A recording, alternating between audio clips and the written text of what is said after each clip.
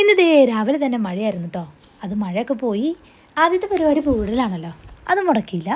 നമ്മൾ കൊണ്ടുവന്ന ചാണകമൊക്കെ തേച്ചിട്ട് പൂവിടാനായിട്ട് തുടങ്ങി. പരിസരത്ത് കിട്ടുന്ന പൂ കൊണ്ടാണ് കേട്ടോ നമ്മൾ പൂവിടുന്നത്. അതിൽ കുമ്പളപ്പൂവും മത്തൻ്റെ പൂവും പിന്നെ 2 കളറുള്ള ഒരു തരം ഇലയുണ്ട്. എങ്ങനെയുണ്ട് പൂക്കളം? ഇന്ന് പുട്ടും പഴമാണേ. അപ്പോൾ പഴത്തിൻ്റെ കൂടെ ശർക്കര ഇട്ടിട്ടാണ് ഞാൻ വേവിക്കുന്നത്. ഇന്നത്തെ സ്പെഷ്യൽ ചക്കര കിഴങ്ങും ചേമ്പും തണ്ടും. അതുകൊണ്ട് ഒരു ഇഷ്ടം ഉണ്ടാക്കാമെന്ന് വിചാരിച്ചു. അങ്ങനെ അതൊക്കെ റെഡിയാക്കിയിട്ട് നമുക്കൊന്ന് പുറത്തു പോകാനുണ്ടായിരുന്നു. നാളെ ഒരു കല്യാണം ഉണ്ട്. അതുകൊണ്ട് തന്നെ നമുക്ക് കുറച്ച് സാധനങ്ങൾ മേടിക്കാനുണ്ടായിരുന്നു, വീട്ടിലേക്ക് കുറച്ച് സാധനങ്ങളും. അപ്പോൾ എങ്ങനെ പോയാലോ?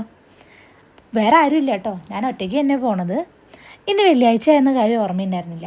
വീട്ടിലേക്കുള്ള സാധനങ്ങളൊക്കെ വാങ്ങുന്ന കട തുറന്നിട്ടുണ്ടായിരുന്നില്ല. അങ്ങനെ നമ്മൾ പട്ടാമ്പിയിലേക്ക് എത്തിയിട്ടോ. അപ്പം മേലെ പട്ടാമ്പി പുതുതായിട്ട് തുറന്നിട്ടുള്ള ലേഡീസ് ബ്യൂട്ടി എന്ന് പറയുന്ന കടയിലേക്കാണ് ഞാൻ പിന്നെ പോയത്. അതിൻ്റെ ഉള്ളിൽ കയറുമ്പോൾ തന്നെ നല്ലൊരു തണുപ്പാണ് കേട്ടോ. ഫുൾ AC ഒക്കെ ഇട്ടിട്ടേ 2 ഫ്ലോറിലായിട്ട് ഫാൻസിയും കോസ്മെറ്റിക്സും അതുപോലെ തന്നെ ബാഗുകളും ഒക്കെ ഇവിടെ ഉണ്ട്. നമ്മൾ വന്നത് 2 കമ്മൽ മേടിക്കാനാണേ. ഒരുപാട് കളക്ഷൻസ് ഉണ്ട് കേട്ടോ. കുറേ ട്രൈ ചെയ്ത് നോക്കി. ഈ കാണുന്ന 2 കമ്മലാണ് ഞാൻ എടുത്തത്. അങ്ങനെ ബില്ലും കൊടുത്ത് സാധനങ്ങളും മേടിച്ചിട്ട് ഞാൻ അങ്ങോട്ട് ഇറങ്ങിയപ്പോഴോ ഒടുക്കത്തെ മഴ. കോട്ടാണെങ്കിൽ എടുത്തിട്ടുണ്ടായിരുന്നില്ല. കുറേ നേരം ഒരു കടയുടെ ഉമ്മറത്ത് അങ്ങനെ നിന്നു.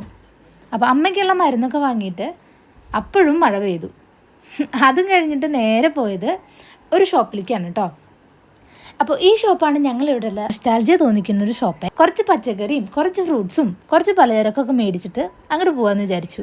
അപ്പം ഞാൻ വാങ്ങിച്ച സാധനങ്ങളൊക്കെ ബില്ലാക്കുന്നതിൻ്റെ ഇടയിൽ തേനുണ്ടയും ഉണ്ണിയപ്പവും ഉമ്മ എടുത്തൊന്ന് നോക്കി. കൂടെ ഓണായതുകൊണ്ട് ശർക്കര വരട്ടിയും കായവറവും ഒക്കെ ഉണ്ടായിരുന്നു.